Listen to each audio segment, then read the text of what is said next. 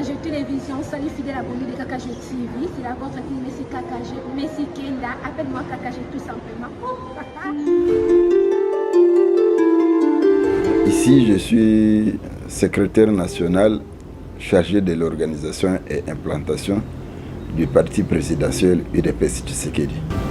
Aujourd'hui, d'abord, c'est un jour très mémorable pour moi. C'est le deuxième jour que j'ai pleuré dans ma vie. Parce que le premier jour que j'ai pleuré, c'était le jour de ma naissance. Le deuxième jour, c'est quand j'ai appris que papa Étienne Tshisekedi était mort à Bruxelles, où il était parti pour ses soins. J'ai pleuré parce que je voyais tous nos espoirs s'envoler. Nous nous sommes réconfortés mutuellement et nous avons repris le travail du parti. C'est ce qui nous a un peu consolés. Il est notre héros national. Nous avions beaucoup misé sur sa personnalité parce que c'est lui le père de la démocratie en République démocratique du Congo. Tout ce que nous connaissons comme évolution démocratique, c'est lui qui en est le précurseur. Tout le monde est unanime quant à son combat. C'est ce combat-là que nous voulons bien continuer contre les antivaleurs. Et voilà que cette année-ci, ça nous rappelle aussi que l'objectif de son combat, nous sommes en train de l'atteindre petit à petit. Nous sommes déjà au deuxième mandat avec le président Félix Antoine Tshisekedi, qui est de la même école que nous. Oui, nous savons, d'abord, comme des petits enfants, des élèves, à des moments quand on apprenait des personnalités politiques, on parlait d'Etienne Tshisekedi comme un ministre, consort, nous étions des petits. Et puis après, il y a eu l'avènement des 13 parlementaires. On a beaucoup parlé de lui, bien qu'il y avait tant d'autres. Et à côté de cela, nous qui avons vécu à l'époque de la conférence nationale souveraine, nous avons vu cet homme. Imagine-toi quelqu'un qui est dans une salle remplie de conférenciers. Lui ne parle pas, mais toutes les caméras sont braquées sur lui. Cela nous donne des leçons de savoir que pour que les gens aient une attention sur toi, ce n'est pas en fonction des paroles que tu donnes, mais c'est en fonction de ton être. Donc, Étienne Tshisekedi était un homme qui avait incarné un charisme extraordinaire. Je l'ai connu, je l'ai côtoyé à plusieurs reprises, en groupe comme en individualité. Je vois combien de fois, avec les ténors, donc les pasteurs que vous connaissez, et il y a un nom en République démocratique du Congo, nous avions en son temps, à ce moment-là, le président maréchal Mobutu vivant, il y avait torchon qui brûlait et il nous arrivait. Là, nous sommes des jeunes pasteurs. J'ai des photos, des images là-dessus. On pouvait tantôt alimenter, tantôt à ce moment-là que l'on devait voir l'homme fort qui était Ngwanda Dzamboko.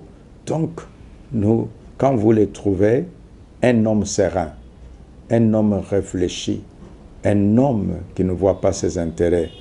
Je peux ici révéler un fait. Je me vois un jour, nous sommes avec lui en sa résidence. Là, j'étais député national. Nous avons échangé avec lui. Imagine-toi, lui n'avait pas participé aux élections de 2006 en 2011. Nous parlons, mais vous trouvez quelqu'un très convaincant. Et après, j'ai toujours en mémoire, une nuit, il était presque 21 heures, en sa résidence, je lui fais une offre. Je lui dis, en 2011, comme vous allez vous présenter en tant que candidat président avec la popularité que vous avez, j'aimerais faire un lobbying auprès de mes collègues pasteurs qui ont de grandes églises, afin que moi je vous conduise dans ces églises-là et dans la mienne y compris. Cet homme, sa réponse m'avait étonné. Quelqu'un qui ne voit pas ses intérêts, mais qui voit les intérêts des autres. Il dit, oui, n'est-ce pas, pasteur, merci beaucoup de la volonté, mais tu vois avec tous ces jeunes gens qui gouvernent, moi je viendrai Et puis, vous m'accueillez avec joie. Les fidèles veulent me voir, veulent m'écouter. Mais quand je sors, on viendra renverser votre église. Au lieu d'être un bonheur pour vous, je serai comme un porte-malheur. Je t'assure, monsieur le journaliste, je dis, quelle réflexion. Or, les politiques, d'habitude, ne voyaient que leurs intérêts, mais lui ne voyait pas ses intérêts. Je voulais dire par là, je me vois un jour, j'ai amené une équipe des États-Unis d'à peu près 50 Américains. Et j'ai demandé une audience. Lui, à ce moment-là, n'avait aucun poste au pouvoir. Mais ce jour-là, il venait de l'Afrique du Sud. Il avait fait près d'une année, il n'était pas au pays. Et à cette audience, il m'avait promis, ok, vous viendrez pour une réunion ou pourquoi? Et je lui dis, les amis ont besoin juste, s'ils peuvent avoir une photo avec vous. Mon ami, quelle personnalité? C'est ça ce que je vais souligner. Nous arrivons à sa résidence ce jour-là vers 13 heures. Le protocole nous installe, les photographes et caméramens s'apprêtent. Quand nous sommes installés, la personne qui nous avait accueillis en son temps, c'était Eve Bazaïba, ministre aujourd'hui. Nous restons, quand on l'annonce que tout est prêt, il sort, il me salue, je me présente et il dit, oui, monsieur le pasteur, vous m'aviez demandé que les amis ont besoin d'avoir une photo avec eux, je suis là. Les photographes se mettent en place, ils font leur travail. L'actuel photographe à la présidence, Chako, était présent à cette époque-là. Papa Chako, comme on l'appelle souvent, et un certain Malato, qui n'est plus, qui a disparu, il était photographe, il est déjà mort. Après la prise de photos, et il me serre la main, il dit bonjour à tout le monde, et il dit, vous m'aviez demandé une photo, voilà, c'est fait. Et aucun mot, pas un complexe de dire que j'ai devant moi une délégation de 50 blancs américains. Après la photo, il est parti, et nous sommes restés, nous n'avons pu avoir que quelques entretiens.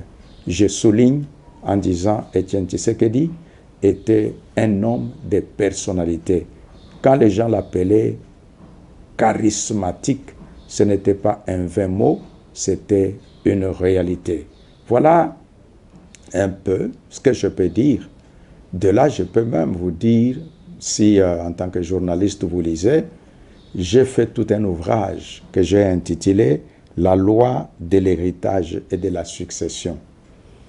Dans ce livre que vous voyez, que j'ai publié l'année 2022, j'ai montré de quelle manière les hommes charismatiques peuvent léguer à toute une génération.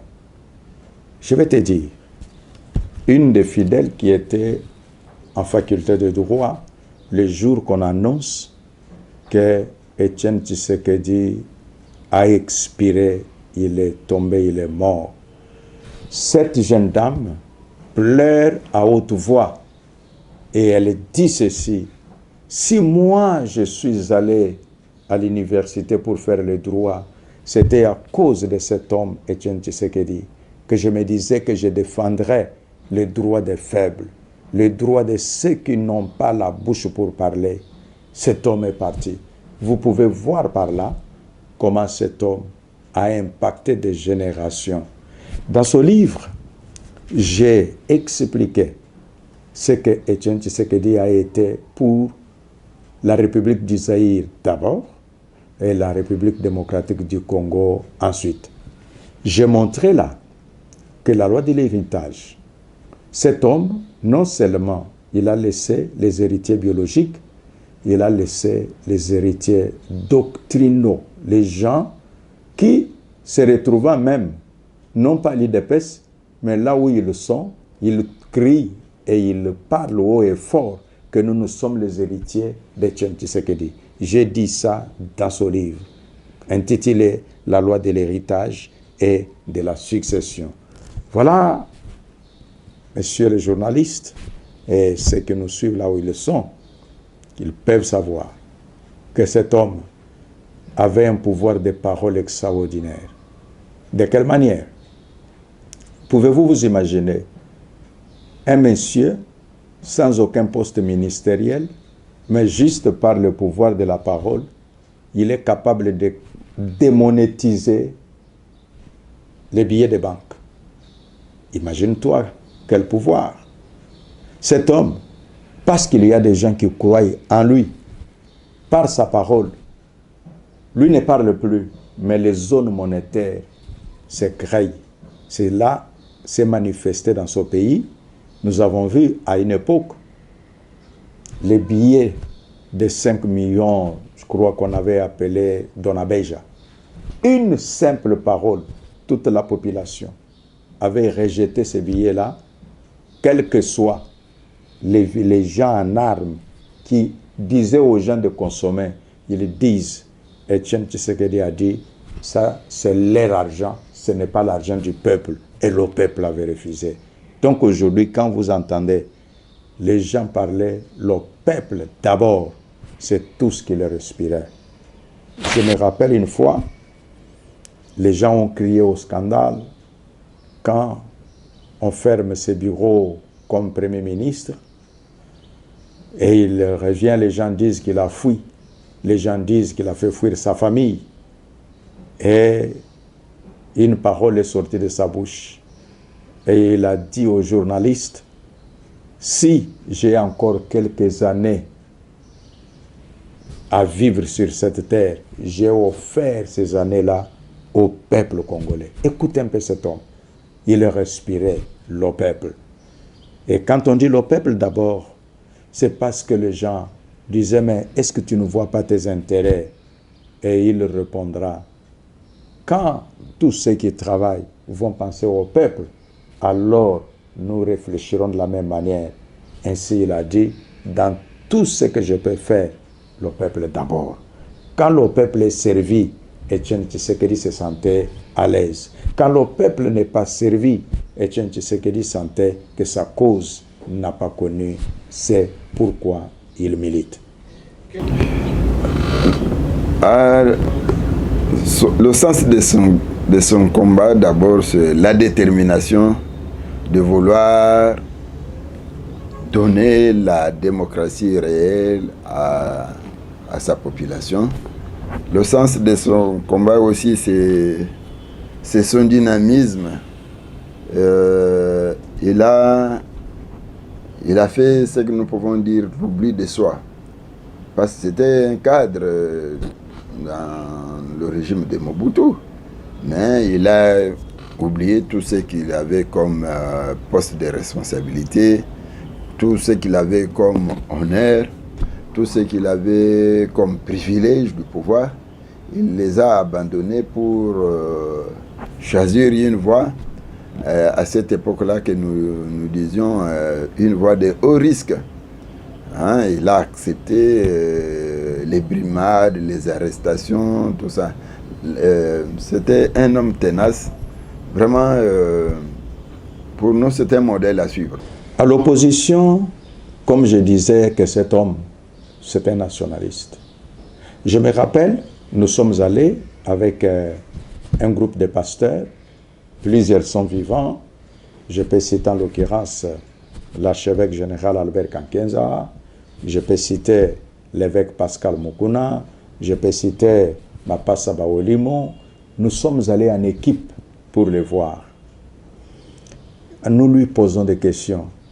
Ça, c'est au moment qu'il avait accepté de se présenter aux élections en 2011. Il fallait les alliances. Nous lui disons, les gens vous ont trahi beaucoup. Est-ce que allez-vous accepter ces gens-là qui viennent vers vous juste pour bénéficier de votre charisme et après ils vous trahissent? Il est resté calme quelques secondes. Il a dit, ouais, justement, monsieur le pasteur, les élections ne les gagnent pas seuls. C'est toujours avec les mêmes gens-là qu'il faut. Bon, je verrai de manière que les gens ne puissent pas continuer toujours à me flouer comme d'habitude. Et les leçons du passé nous enseignent. C'est ce qui fait, pour ceux qui ont un sens d'histoire, vous vous rappellerez quand on parlait de coalition, il y a même les gens qui ont quitté la majorité de l'époque au pouvoir vers lui et disant nous sommes venus chercher le pouvoir. Et il dira, mais moi, je n'ai pas souffert autant pour laisser la place aux autres. Mais nous, qui l'avons côtoyé, nous savions ce qu'il voulait dire. Les gens ont dit, voyez, voilà, il aime seulement être lui. Non, c'était une vérité. Qu'il a lutté, il a milité, il a formé, il a inspiré, et il était normal que nous puissions voir cet homme-là diriger cette nation et donner l'exemple aux autres. Encore, je reviens une fois à mon livre intitulé « La loi de l'héritage et de la succession ». J'ai eu à côtoyer quelquefois le président Félix Antoine Tshisekedi Tshilombo. Vous pouvez sentir qu'il incarne les valeurs lui léguées par son père. Le parallélisme est que, à des moments même, nous les pasteurs, quand vous entendez le président Félix, comme on l'appelle bien Fachi Béton, parler, vous verrez qu'il pense beaucoup aux autres qu'à lui. Je peux vous donner quelques exemples. Une bonne fois, nous sommes là, il parle au pasteur. Tout ce qu'il pouvait dire, que oui, mes chers pasteurs, nous voulons prêcher par l'exemple. Vous êtes des hommes ayant une influence sur les autres. Nous sommes capables avec vous de changer les choses dans ce pays. Donc vous sentez qu'il n'y a pas l'individualisme en lui, mais il pense qu'ensemble avec les autres, voyez, c'est ce que faisait Étienne Tshisekedi.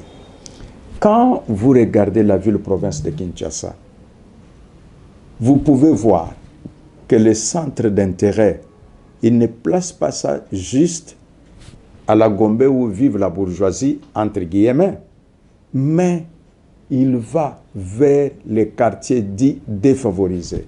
Je peux te citer quelques exemples. Depuis que nous sommes là, tu connais toi-même l'avenue qu'on appelle l'Enguessa. Cette avenue est restée des années, des siècles, personne n'en parlait, personne n'y touchait. Mais c'est avec l'avènement de Félix Antoine Tshisekedi. Donc vous sentez que c'est le peuple. Parce que lui, quand est-ce qu'il passera par là? Très peu de temps. Mais il voit le peuple qui passe par là. Autant de projets que je peux énumérer. Une fois, je suis allé au Kasaï oriental. J'ai trouvé le projet qu'on appelle d'Nkwadi, là où il y a un projet agronomique. Voyez les étendues, juste pour que ces gens ne puissent pas chercher des maïs très loin. Que dirais-je? Vous connaissez ce qui s'est fait au Congo central. Ils ont fait en sorte que la minoterie puisse dans les bas-fleuves là-bas. Donc vous sentez que lui ne voit pas juste un petit cercle de ceux qui peuvent s'enrichir au nom de la majorité. Il a même fait une déclaration en disant, moi au pouvoir, je veux qu'on crée aussi une classe de milliardaires congolais. Et vous comprenez par là que ceux qui veulent voir les Congolais pauvres pour s'agripper à des branches des arbres puissants ne peuvent pas vouloir cette doctrine-là. Ce qui veut dire qu'il y a un parallélisme qui est le peuple d'abord, lequel, ensemble, on peut gagner. C'est pourquoi tu vois, même à son investiture actuelle, les maîtres mots, le Congo uni pour tous. Tu vois la vision de l'homme. Un Congo uni débarrassé du tribalisme. Un Congo uni débarrassé du clientélisme. Un Congo uni où chaque enfant de cette grande nation que nous disons notre cher et beau pays trouve son compte. Que dirons-nous? Tous ces enfants qui ne pouvaient pas aller à l'école parce que papa n'a pas d'argent pour payer les Minerval, ces enfants-là sont à l'école. S'il pouvait compter juste lui et sa famille, il a autant de moyens de supporter sa famille, de supporter ses cousins et neveux. Mais il dit, et cet enfant qui est à Selembao, l'autre enfant qui est à Kabinda, l'autre là qui est à Popokabaka, l'autre là qui est à Malembankulu, qui ne sait pas aller à l'école, alors qu'elle fait gratuité de l'enseignement de base. Alors, il regarde que des mamans qui meurent. Il dit, si c'était pour lui-même, il dirait, s'il est malade, l'hélicoptère est là pour amener son enfant en Europe, en Amérique, où il veut. Mais il dit, non, il y a des mamans qui meurent lors de l'accouchement parce qu'il n'y a pas d'argent. Ils préfèrent mettre au monde à la maison avec tous les risques. Il dit, en tout cas, pour une certaine classe, maternité gratuite. Cet homme, c'est ce parallélisme-là dont nous parlons, le peuple d'abord. Donc, vous avez vu, le peuple, même s'ils n'ont pas la possibilité de passer au micro de la RTNC comme nous le faisons maintenant, ils l'ont manifesté dans les scrutins. Et vous avez vu le pourcentage. Prends 26 candidats, si vous prenez l'ensemble de tous les 25 candidats, leur voix, qui veut dire même s'ils s'étaient coalisés contre Félix Antoine Tshisekedi Tshilombo, ils ne l'auraient pas battu. Qui a décidé? C'est le peuple qui a décidé. Donc le peuple voit, le peuple entend que cet homme ne milite pas pour lui-même, il milite pour le peuple congolais.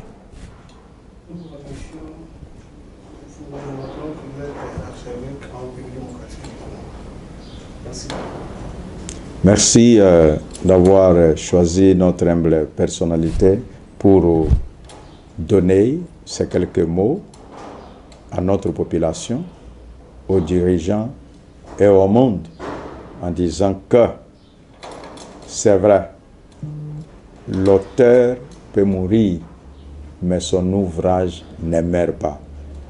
Tshisekedi Etienne n'est plus, il est mort, mais le travail qu'il a fait n'est pas mort.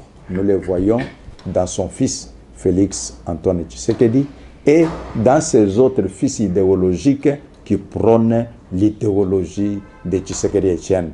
Et si nous disons que le peuple congolais comprenne le sens de l'histoire, un peuple qui ignore son histoire aura l'obscurité pour voir l'avenir. Donc, comprenons que nous avons eu des leaders dans ce pays, comprenons qu'il y en a maintenant, comprenons qu'il y en aura encore. Mais soyons inspirés par les bons leaders que nous voyons dirigés par l'exemple. Merci.